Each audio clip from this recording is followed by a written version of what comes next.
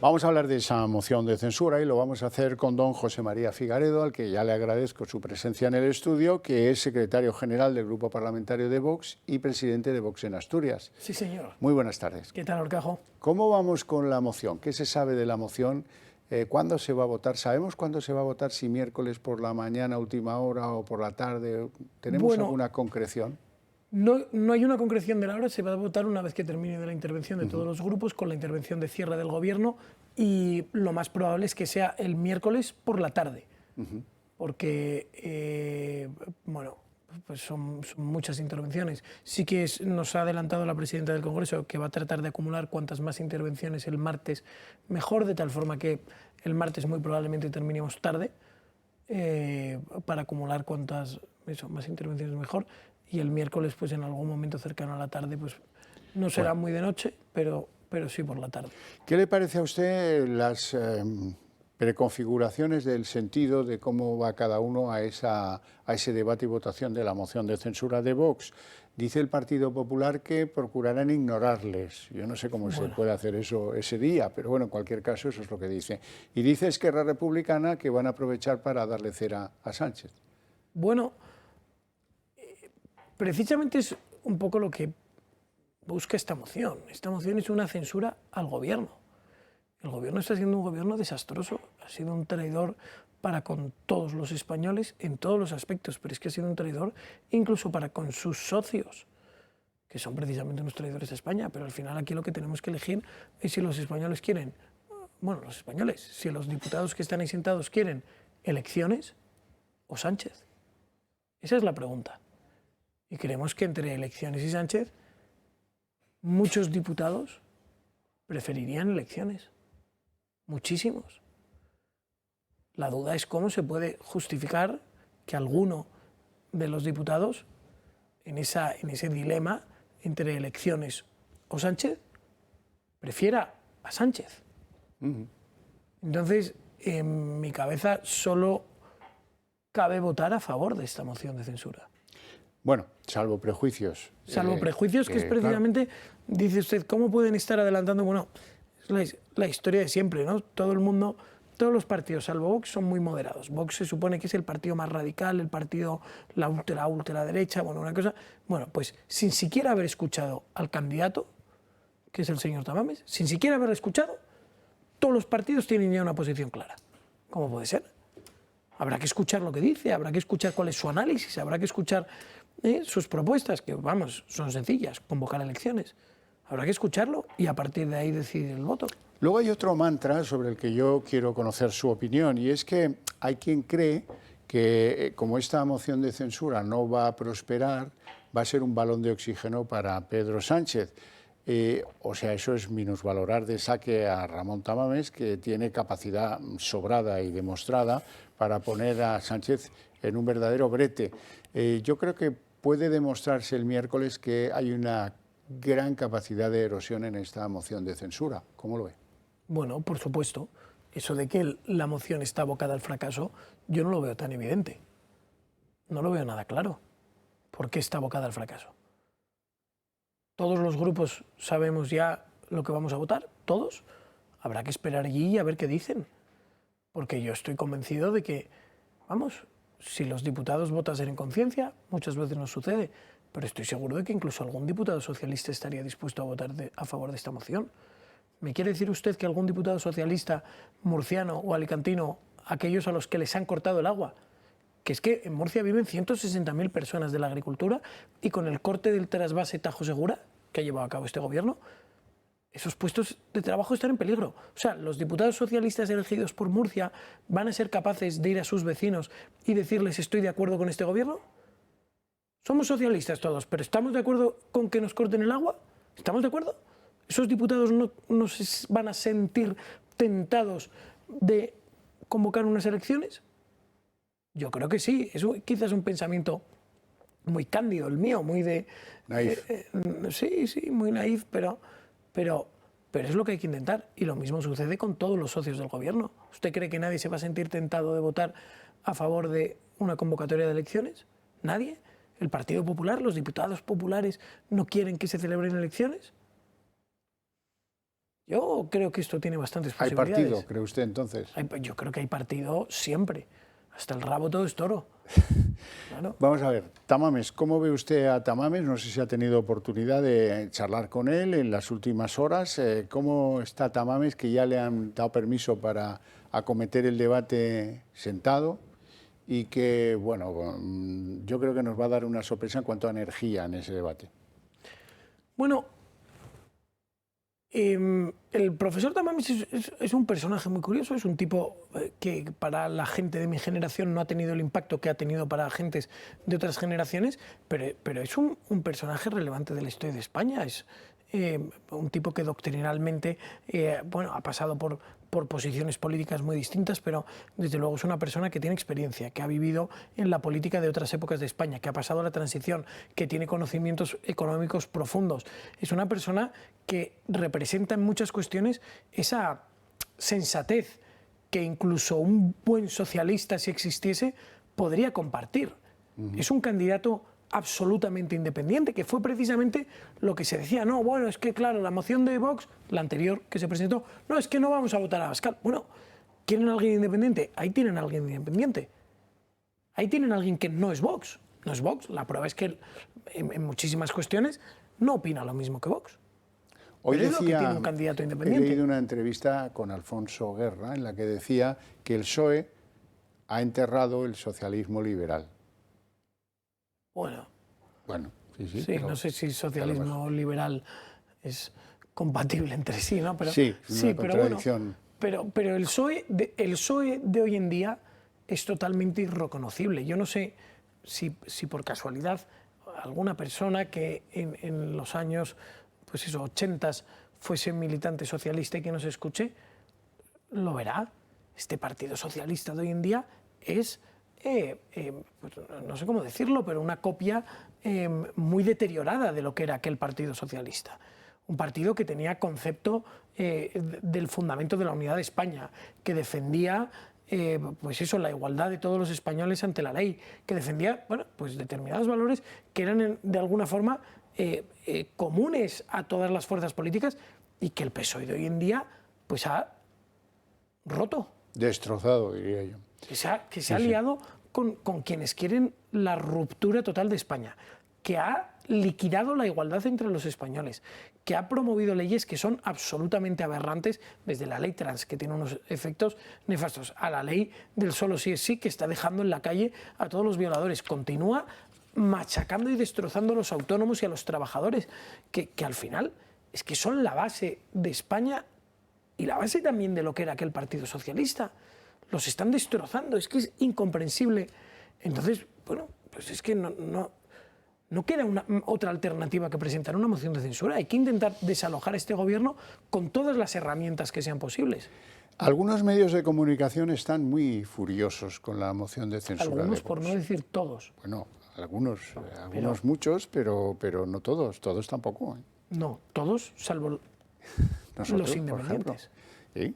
Pero no, se lo digo porque estaba pensando en uno muy concreto, que ha perdido muchos esfuerzos en tratar de contar a la opinión pública que el ala derecha de Vox está en contra de Ramón Tamames y de las ideas que va reflejando, así que le ponen un micrófono delante. Miren, hay varias cuestiones que tenemos que analizar. Lo primero, es muy raro que de repente todo el mainstream de medios de comunicación, todos esos medios de comunicación que reciben grandes fondos públicos de publicidad institucional, todos, de repente, todos tienen una misma opinión. Es una cosa extrañísima. ¿Cómo puede ser que El País, El Mundo, el ABC, todos, empezamos a nombrar, todos tengan la misma opinión? Es rarísimo. Es rarísimo. Ahí pasa algo. ¿Cómo puede ser que no haya matices? ¿Cómo puede ser que nadie de estos grandes medios de comunicación, que están todos endeudados hasta las cejas y que todos viven al final de la publicidad institucional que el gobierno va inyectando, cómo puede ser que ninguno de ellos diga, bueno, esto podría estar bien? ¿Cómo? Es inexplicable.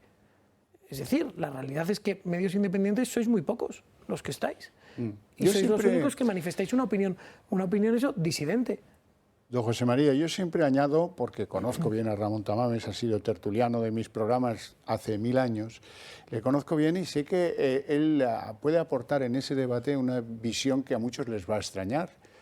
Hay un patriotismo español de izquierdas, por mucho que no lo comparta Pedro Sánchez y muchos otros partidos de la izquierda española de hoy, pero Ramón Tamames, que aquí lo tuvimos en una entrevista, pues nos dio una lección de la historia de la bandera de España que a muchos les va a poner muy nerviosos. Claro. Si es que en el fondo yo creo que mi sensación es que esta moción de censura es al final un movimiento inesperado para, bueno, para los grandes partidos de España. Yo creo que tanto al PP como al PSOE como a Podemos y a los grandes partidos regionales separatistas, pues oye, al PNV y demás, este es un movimiento muy poco ortodoxo. Y estos partidos están muy cómodos, y esto lo tienen que entender al final los oyentes, están muy cómodos en la ortodoxia política, ¿no? Todo esto se hacía así de siempre, las cosas eran así. Y realmente introducir a Tamames en esta moción de censura es introducir a un extraño de la política, en ese sentido. Es alguien que no responde a los intereses de los partidos, no responde al electoralismo de los típicos partidos, no está en la corrección política de estos típicos partidos, no tiene por qué defender los moldes de estos partidos. De repente es pues, un outsider, utilizando el anglicismo, y yo creo que eso es lo que les incomoda. Que de repente alguien que no está en la política, que habla un poco con el sentido común de la calle, que habla con la experiencia de los años, que habla con la experiencia de quien vivió la transición, que en algunas cuestiones estará de acuerdo con nosotros, en otras con otros, en otras, y que pica un poco de ese sentido común que circula un poco por la calle, que no es una ideología partitocrática monolítica. Y ese es el problema. Eso es lo que a ellos les fastidia. ¿Cómo va a reaccionar un partido que es eso, monolítico, ante ese outsider que les va a poner frente al espejo?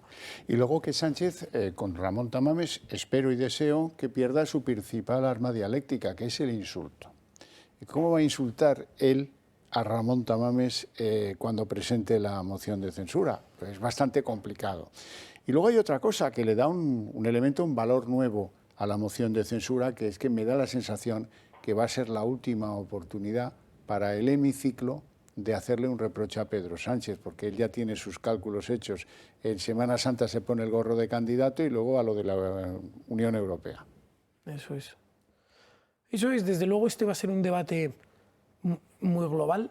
Al final va a haber una oportunidad buenísima para hablar del caso mediador, de toda la corrupción que desangra al Partido Socialista, para hablar de la situación de los precios que están desbocados en España, las mayores subidas de precios de la historia, para hablar de los tipos de interés, para hablar de la situación del coste de la energía, para hablar de la política energética del gobierno. Yo creo que es una oportunidad magnífica para afearle al gobierno todos los aspectos en los cuales está al final desangrando España.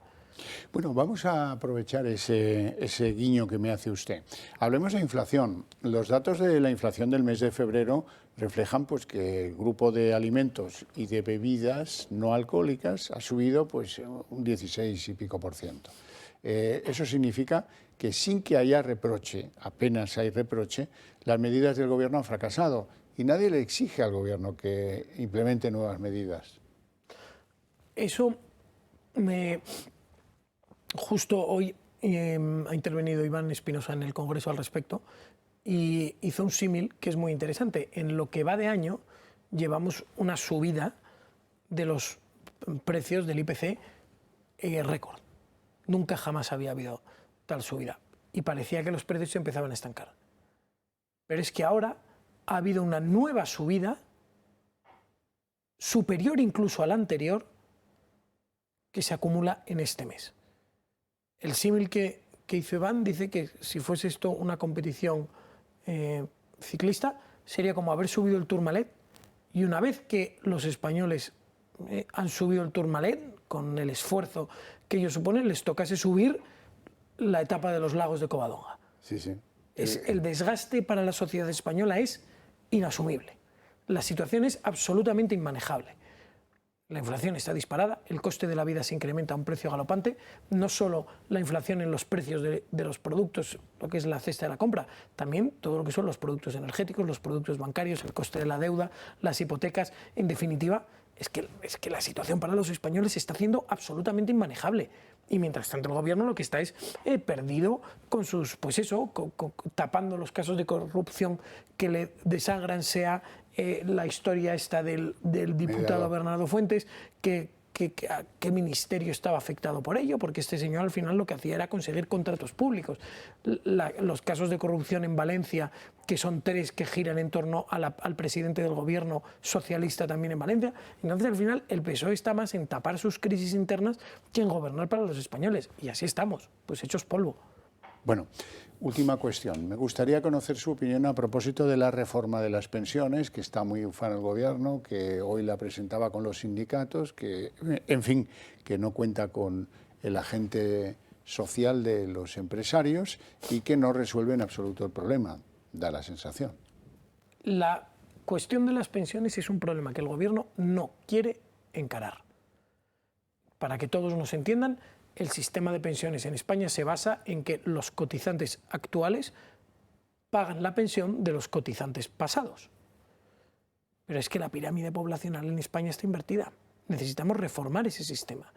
Necesitamos ver cómo logramos que los números cuadren. Y el gobierno no quiere asumir eso. Lo que ha hecho ahora es parchear el sistema, incrementando de una forma desmedida y artificial las cotizaciones sociales, para sumar una pizquita más a los pagos que van a poder hacerse. ¿Pero qué impacto tiene esto? Esto supone que los costes laborales se multiplican, tanto los que son a cargo del trabajador como los que son a cargo de la empresa. Esto al final va a redundar en destrucción de empleo y desde luego en poner una carga aún más pesada sobre los hombros de los autónomos, que ya lo están sufriendo. Los autónomos que nos estén escuchando verán que las cotizaciones van subiendo. Y que ahora no solo es ya que económicamente la cotización a la seguridad social de los autónomos se incremente, sino que además la carga administrativa que tienen que asumir los autónomos es todavía superior. Sin que el gobierno ponga nada de su parte, porque el gobierno podía haber decidido, mira, voy a pasar las pensiones que no son contributivas a los presupuestos generales. Voy a pasar los gastos de la gestión del sistema contributivo, los salarios de los trabajadores que están en los diferentes sectores del Ministerio de Seguridad Social, los voy a pasar a presupuestos y no los va a pagar el pensionista. Aprovechando, Horcajo, que el gobierno ha obtenido la recaudación récord de la historia. Claro. Nunca, jamás, un gobierno de España había recaudado tantos impuestos. Y ya que no quieren bajar los impuestos, que por lo menos dediquen el importe recaudado a las cosas que de verdad importan. Sanidad, educación, pensiones, justicia. Tantos servicios públicos que están en España absolutamente infrafinanciados. Pues oigan, háganlo. Pero no, ellos se gastan el dinero al final en sus chorradas. Pues su ministerio, la campaña esa infame del ministerio hablando de sexo totalmente innecesaria, la Secretaría de Estado de esta señora que solo habla de masturbación y de no sé qué, en eso se gasta el dinero el gobierno, en lugar de las cosas que realmente importan. Bueno, en eso y en tener calentita a la clase clientelar que, bueno, pues sea por un bono, sea por un aumento de las pensiones, o sea por un aumento de cosas, pues están contentos con lo que les cae. Estoy de acuerdo en parte.